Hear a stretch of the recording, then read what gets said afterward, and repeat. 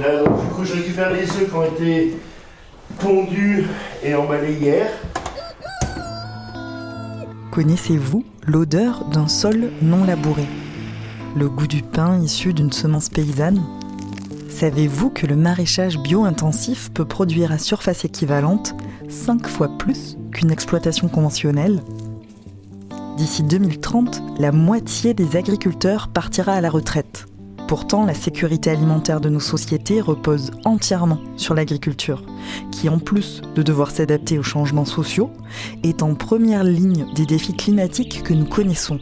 Et elle a des solutions. Je suis Alice Roy et chaque mois, je vous emmène à la rencontre de ces agricultrices et agriculteurs qui repensent leurs pratiques pour remettre de la vie dans les sols et ouvrir la voie à une agriculture nourricière et régénératrice.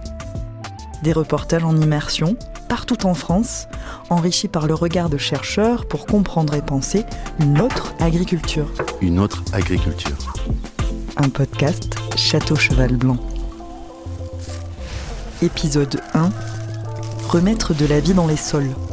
Un sol vivant, c'est déjà un sol qui respire, qui stocke de l'eau, qui héberge une vie et qui rend possible la vie au-dessus de lui, sans apport extérieur. Avec Thierry et Éric Ayoupéro, deux frères paysans à la ferme Gabert. Le sol, c'est quelque chose de vivant. Et le sol aussi, pour l'agriculture de demain, c'est l'espoir de retrouver la vie comme outil. Et ça, c'est la promesse de l'agroécologie, c'est utiliser ce que l'on sait d'écologie du sol pour faire de l'agronomie demain. Et Marc-André Sellos, mycologue et professeur au Muséum d'histoire naturelle. Je vous emmène aujourd'hui à la ferme Gabert, exploitation familiale depuis 3 générations. Ici, dans le Trièves, au sud de l'Isère entre le Vercors et les Écrins, il n'est pas commun de cultiver des céréales sur ces sols très argileux et compacts. On peut voir de la ferme un cirque de montagne, partie est, l'Aubiou et le Grand Ferrand, qui font partie de l'île Évoluie. Au sud, on a des petites montagnes, type la montagne de l'Eau, Montbarral, qui sont des montagnes qui sont quand même à 1700 mètres d'altitude, sachant que les premières étaient à 2008. Et sur la partie ouest, on a le Mont-Aiguille et le massif du Vercors. Donc on est entouré de ces montagnes-là qui sont magnifiques. Aujourd'hui, j'avoue que je suis très content d'habiter là. Thierry Ayoupéro a remis de la vie dans ses sols après des années de labour intensif. Rotation des cultures, arrêt du labour et introduction de l'élevage sont les 3 piliers de sa transition vers des sols vivants. Devant nous, une bâtisse d'une 50aine de mètres s'élève. Elle est couleur terre. Et c'est ici que vivent Thierry, son frère Éric et leur famille. Nous, on a commencé à travailler en non-labour depuis à peu près 2005. Et on s'aperçoit qu'il faut avoir des systèmes les plus résilients, les plus rustiques possibles pour arriver à passer le cap. On essaye d'avoir un cycle agronomique complexe, vivable et viable. Ça a été un long chemin. Il faut bien comprendre que le labour détruit la vie du sol. Et il y a 2 façons de comprendre ça. Le premier, c'est de réaliser que après un labour, souvent il y a des oiseaux qui volent autour du trait de charrue. Et en fait, ils sont simplement en train de manger les animaux du sol, qui par ailleurs, souvent exposés à l'air libre, se dessèchent et meurent. Donc déjà, c'est un vrai holocauste en termes de vie animale. Marc-André Sellos est spécialiste des sols et professeur au Muséum national d'histoire naturelle. La deuxième chose qu'il faut réaliser, c'est que dans un champ labouré, on ne trouve pas de ronde sorcière. Vous savez que souvent les champignons poussent en cercle parce que une spore est arrivée en un point, puis ça grandit dans toutes les directions. On voit ça dans des pâtures ou dans des jardins, mais on voit jamais ça dans les sols labourés. Ça veut dire qu'en fait, le labour déchire les filaments des champignons, déchire ce qu'on appelle le mycélium. Et donc, ça veut dire que les champignons et les animaux du sol sont les principales victimes du labour. C'est pas vrai que les sols sont morts, il n'y a pas de sols morts, ils sont moins vivants. Il n'y a pas d'extinction d'espèces à notre connaissance actuellement dans les sols. Il y a surtout des espèces qui sont sous-représentées, des populations, des nombres d'individus qui s'écrabouillent, qui diminuent. Ça, c'est le début de l'extinction, mais actuellement, les sols ne sont pas vraiment morts. Et ce qu'on voit, c'est qu'en arrêtant le labour, eh bien, la vie remonte de 25%, c'est-à-dire qu'on a 25% de cellules microbiennes et de vie en plus. On a 25% aussi de fonctionnement, de fonction en plus. Mais ça veut dire que le labour est probablement le geste le plus offensif par rapport à la vie du sol que nous pratiquions. Quand vous avez récupéré les terres avec Eric, elles étaient dans quel état ? Alors, c'était assez compliqué parce que mon père avait trouvé le tracteur. Donc il s'est mis à labourer à fond la caisse. C'était aussi une période où les engrais arrivaient à fond. Finalement, les terres étaient relativement épuisées face à ça. Mon père apportait beaucoup de fumier, mais en fait, comme il labourait, il tassait et tout ça, avec les tracteurs, et ben la matière organique, à la fin, était complètement bloquée dans les sols. On avait des fois des labours où tu ressortais le fumier de l'année passée intact, où rien ne s'était passé. Donc on pouvait dire qu'il n'y avait plus de vie dedans, quoi.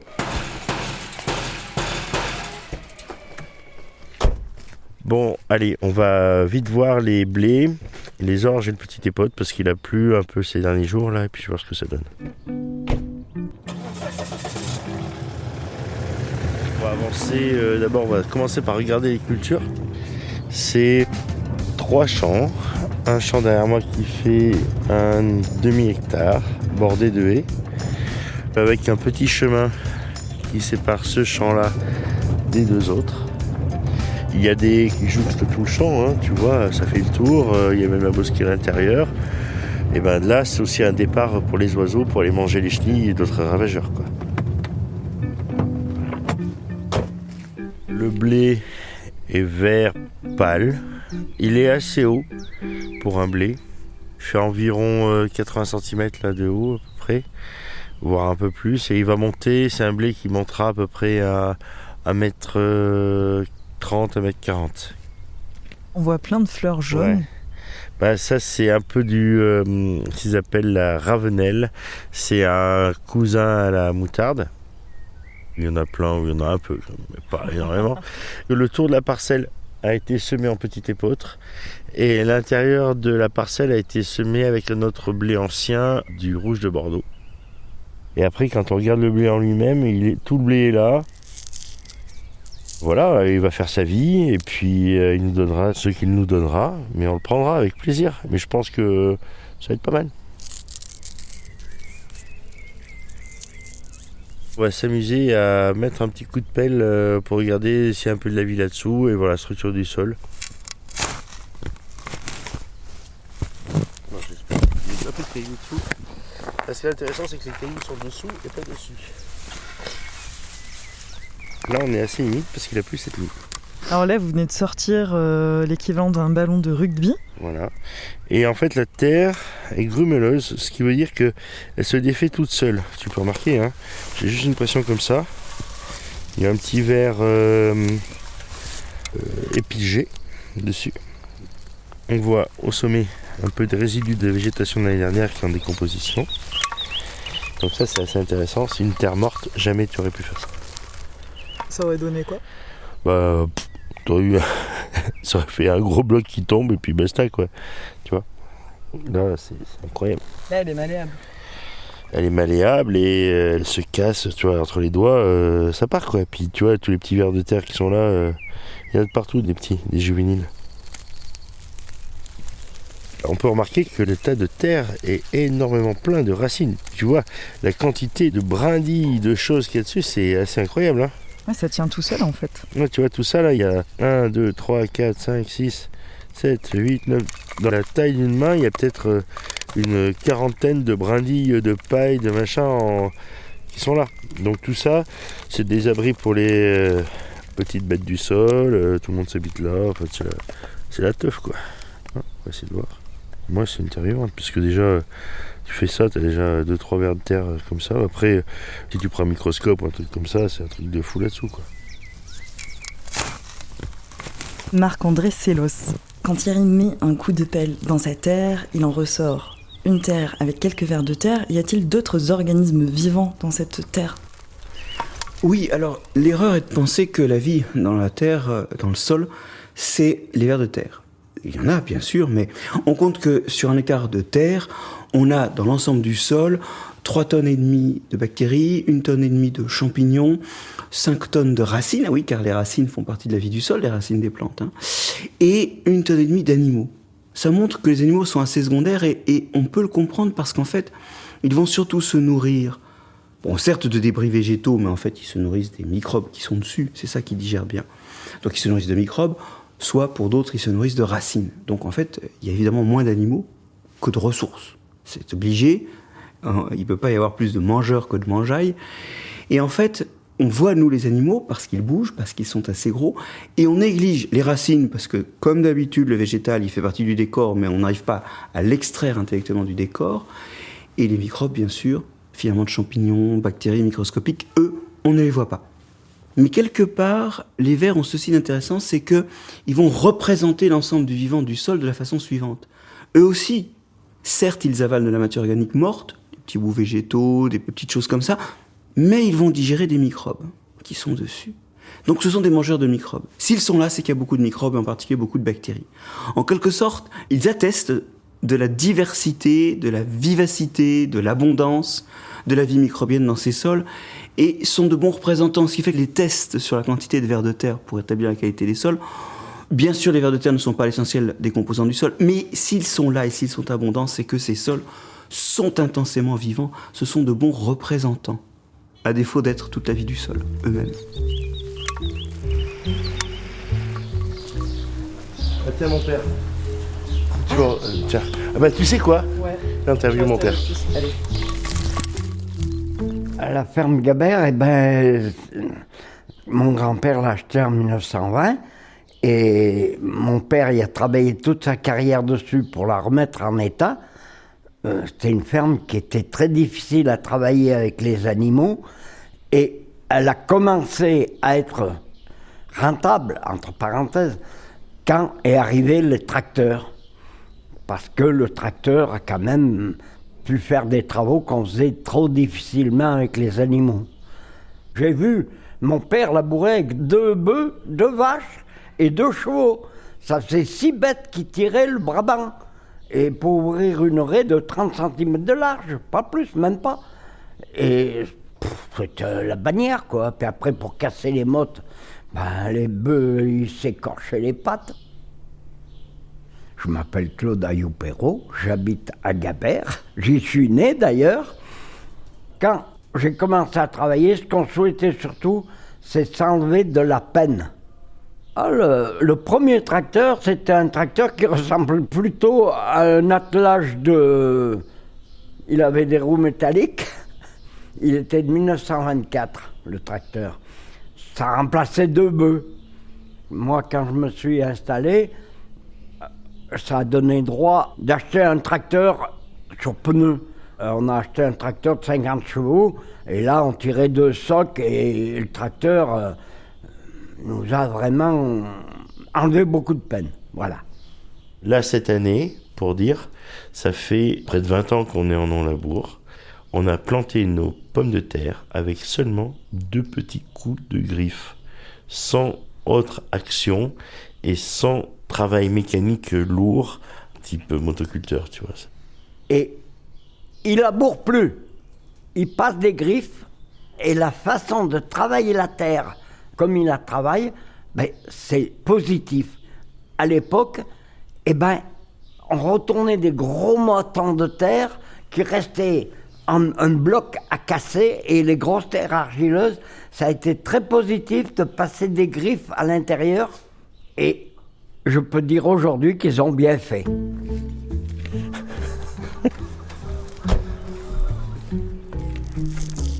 Aujourd'hui, mon travail de paysan n'est plus d'être sur un tracteur en permanence.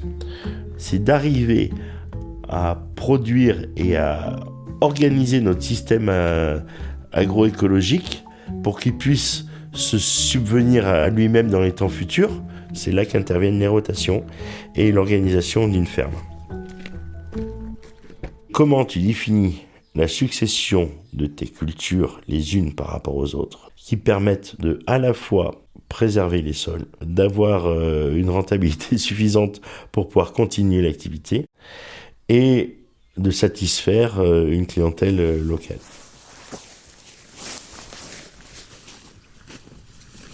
Il faut savoir que le blé se sème au mois de octobre, chez nous, et se ramasse au mois d'août. Donc ça fait presque un an de terre. Et donc au mois d'août, quand on aura ramassé notre blé, on va semer un couvert de radis, navets, facélie, tournesol, sorgho, enfin bon, plein de plantes, on fait un mix comme ça, qui va couvrir le sol tout l'hiver jusqu'au début mars pour là semer une céréale de printemps comme de l'avoine. Les rotations des cultures, c'est une suite de cultures échelonnées au fil des années sur une même parcelle. Ici, Thierry va jusqu'à un plan sur 10 ans. Une alternance de variétés qui lui permet de fertiliser les sols, mais aussi d'éviter les maladies. Année 1, luzerne. Année 2, luzerne. Luzerne, orge, blé ancien, orge de printemps, luzerne, luzerne, petit épeautre, seigle, avoine nue, flocon, luzerne, luzerne, orge d'automne, et c'est reparti pour un tour. Et tout ceci entrecoupé de couverts végétaux. C'est-à-dire qu'on a une rotation longue de 10 ans pour éviter que les maladies restent dans le sol. Aujourd'hui, on a abandonné tout traitement puisqu'en fait, on se base sur la rotation. Les seules choses qu'on utilise, c'est des purins d'ortie, des décoctions de plantes, des décoctions de fougères, où on est plutôt en répulsif, voilà. Mais j'ai tendance à dire, c'est spray and pray.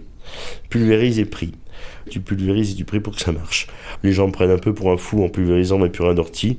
C'est toujours rigolo d'en mettre, et puis bon, ça fait jaser. Les gens disent, ah, il est en bio, mais il passe avec un pulvérisateur. Bon, même si c'est du vinaigre avec purin d'ortie, puis une cuillère de miel, voilà. Thierry Alioupero nous raconte qu'il a mis en place une rotation des cultures sur 10 ans. Est-ce que ça joue un rôle sur la structure du sol et sur sa qualité ? D'abord, il y a une chose qui est vraiment importante, c'est de jamais arrêter de cultiver, même entre deux cultures, de planter ce qu'on appelle les intercultures, c'est-à-dire des plantes qui vont, par leur présence, donc déjà amener de la matière organique, et deuxièmement, surtout, entretenir les microbes favorables du sol. Parmi les microbes favorables du sol, il y a notamment les champignons mycorhiziens. C'est ce sur quoi travaillent mes équipes de recherche. C'est ces champignons qui colonisent les racines, reçoivent du sucre des plantes, et avec ces ressources-là, poussent dans le sol et vont aller chercher de l'eau, des sels minéraux dont ils ramènent une partie à la plante. Eux souffrent beaucoup du labour, et eux souffrent beaucoup des périodes où le sol est nu, parce qu'il n'y a personne pour les nourrir, et ils ne se nourrissent que sur des racines, donc ils meurent. Donc la toute première chose, c'est d'avoir en continu des plantes. Et la deuxième, c'est effectivement, et c'est un des piliers de l'agriculture de conservation, aussi, c'est d'avoir une rotation des cultures. Qu'est-ce que ça va permettre ? Chaque espèce de plante n'amène pas la même chose au sol. En termes de fonction, certaines, par exemple, ont des racines avec un fort accroissement qui vont fendre le sol. D'autres hébergent sur leurs racines des bactéries qui transforment l'azote atmosphérique en azote utilisable par les organismes du sol, et notamment les plantes qui hébergent ces bactéries. Ce sont les légumineuses. D'autres encore ont des fonctions répulsives pour certaines maladies. D'autres encore ont la capacité de très bien nourrir les fameux champignons mycorhiziens, ces champignons associés aux racines des sols. Après, l'autre grande fonction n'est pas vraiment liée au sol. La fonction de la rotation des cultures, ça va être que les pathogènes qui réussissent une année, notamment ceux du sol, l'année suivante, ils n'ont rien à manger. En tout cas, c'est le cas des pathogènes plutôt spécifiques, ceux qui sont spécifiques du trèfle, spécifiques du blé, spécifiques de la patate. Tous ces pathogènes-là, eh bien, ils ne vont pas survivre au changement de culture. Ou en tout cas, il va survivre que des formes de résistance. Et donc, quand quelques années plus tard, on reviendra à la même culture, eh bien, le stock de pathogènes ne sera pas vraiment très élevé. Et donc, ces cultures seront malades, mais moins. Et le recours aux pesticides sera d'autant réduit. Cette alternance des cultures, évidemment, elle demande plus d'agilité de l'agriculteur, parce que être spécialisé dans 2 ou 3 cultures et avoir des rotations sur 2-3 ans, c'est plus pratique. Et notamment en machinisme, c'est plus simple. Mais on voit très bien qu'en termes de santé du sol et en termes de niveau de pathogènes, c'est problématique. Et ça entraîne du coup une dépendance aux pesticides et aux intrants pour la qualité du sol qui n'est pas souhaitable. Ah, les poules ! Nous empruntons un chemin qui contourne la ferme. Devant nous courent 900 poules. Des blanches, des rousses, des grises tachetées de blanc. C'est un festival de couleurs et de joyeux caquettements qui nous accueille. Chut, hey. C'est bon, oui, stop. Les poules sont élevées par Eric, dans des poulaillers mobiles. Ces petites cabanes en bois sont déplacées au fur et à mesure de la pousse de l'herbe, ce qui permet de ne pas épuiser la terre sur laquelle elles pâturent. Elle est énorme cette petite poule, elles ont grossi en 15 jours là, c'est un truc de fou. Elle doit pondre et ça se trouve, elle pond pas. Ouais. On a changé de race, on a en partie des grises du Vercors. Et elle est belle. Voilà, elle est très belle, grosse poule. Grise et coucou. blanche. C'est un coucou. Donc c'est des poules rustiques élégantes. Alors là, on parle devant toutes ces poules. 900 poules, c'est beaucoup. C'est beaucoup. Oui, c'est peu. Mais ouais, et ça correspond surtout à ce que la ferme peut leur offrir en fait. Si demain on se dit les œufs ça marche bien et on met le doigt dans le système où on se dit on va mettre 6000 poules, ça aurait plus de sens par rapport à notre ferme. Comment ça fonctionne ces poulaillers mobiles? Il y en a 3, j'en ai encore un à monter, un 4e. Ce sont des structures en métal, ça fait à peu près 60 mètres carrés chacun. C'est valable pour mettre à l'abri 360 poules. La mobilité, c'est pour suivre la pousse de l'herbe. La fiente de poule va amender le sol pour permettre... pour permettre la culture. Et le sol va profiter de l'effet de ces petites poules qui parcourent. On a 1, 2, 3, 4, 5, 6.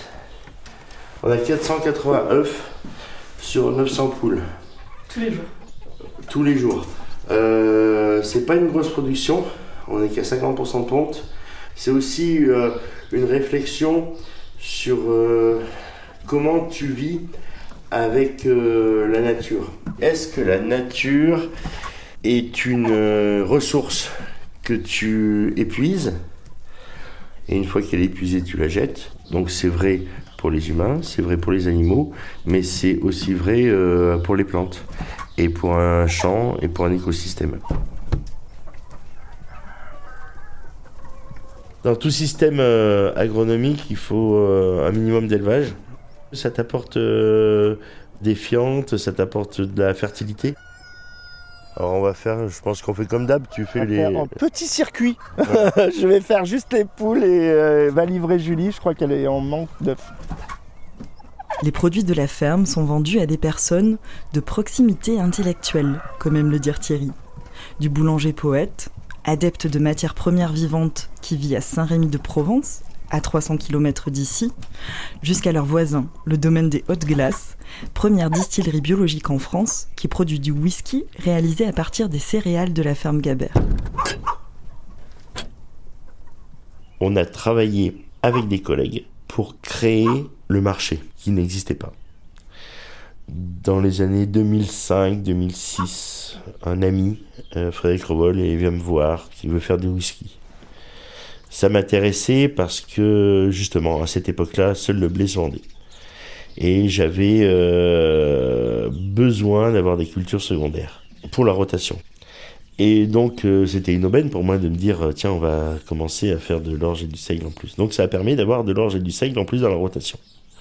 Le petit épeautre, pareil, c'était aussi dans l'idée de rallonger la rotation.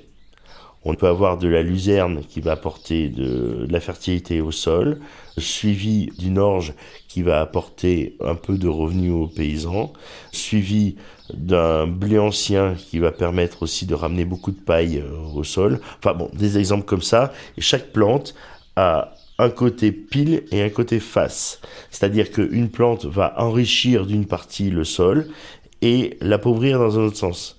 À nous d'avoir une rotation suffisamment large pour dire que cette année, elle n'a pas voulu donner de blé, mais par contre, elle avait voulu donner de l'orge.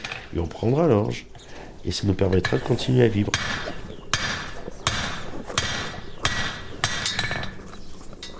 On a eu bien sûr des échecs. Je me rappelle une année, on avait une magnifique luzerne dans un champ. Et on était parti pour faire un blé derrière. Et en fait, ce qui s'est passé, c'est que c'était un échec cuisant, puisque la luzerne était magnifique, elle a fermenté dans le sol, et elle a stérilisé toute la graine qu'on a mis. Bon, on a perdu la récolte, puisque le semis n'est pas parti. On a perdu 10 hectares d'orge, avec un potentiel de 1500 € par hectare, donc c'est-à-dire qu'on a perdu 15 000 € là. Mais ça, c'est rien, à côté des petites pertes annuelles qu'on subissait le temps que le sol se refasse. Parce que, année après année, il faut que le sol retrouve sa valeur. Tout ce que le sol prend, tu ne le mets pas dans ta poche. Ce qui fait qu'au bout de 20 ans de non-labour, on peut estimer la perte à environ 200 000 €. Finalement, c'est le coût de la reconstruction de la terre. qui s'estompe aujourd'hui, puisque en 2022, il y a eu une grosse sécheresse et que les paysans conventionnels ont fait en moyenne 30 quintaux sur leur orge, et moi je suis fier d'avoir réussi à en faire 46. Alors bien sûr, tout le monde se dira « Oui, mais c'est parce que tu avais eu de bonnes terres. » Mais pourquoi tu as eu de bonnes terres ? C'est parce que tu avais travaillé en non-labour. C'est-à-dire qu'en ayant un sol vivant, on a des systèmes écologiques qui sont plus résilients face aux aléas climatiques. Donc on va aller moins haut dans nos rendements potentiels, mais on va aussi aller moins bas. On fait des céréales pour du whisky, pour du pain, pour des flocons. Et tout ce que l'on fait, tout le monde nous dit oh, « Qu'est-ce que c'est bon ? Qu'est-ce que ça goûte ?» Le sol fait partie intégrante du résultat que tu auras sur ta culture. Lorsque tu vas prendre une tomate de supermarché, tu vas mettre de la sauce.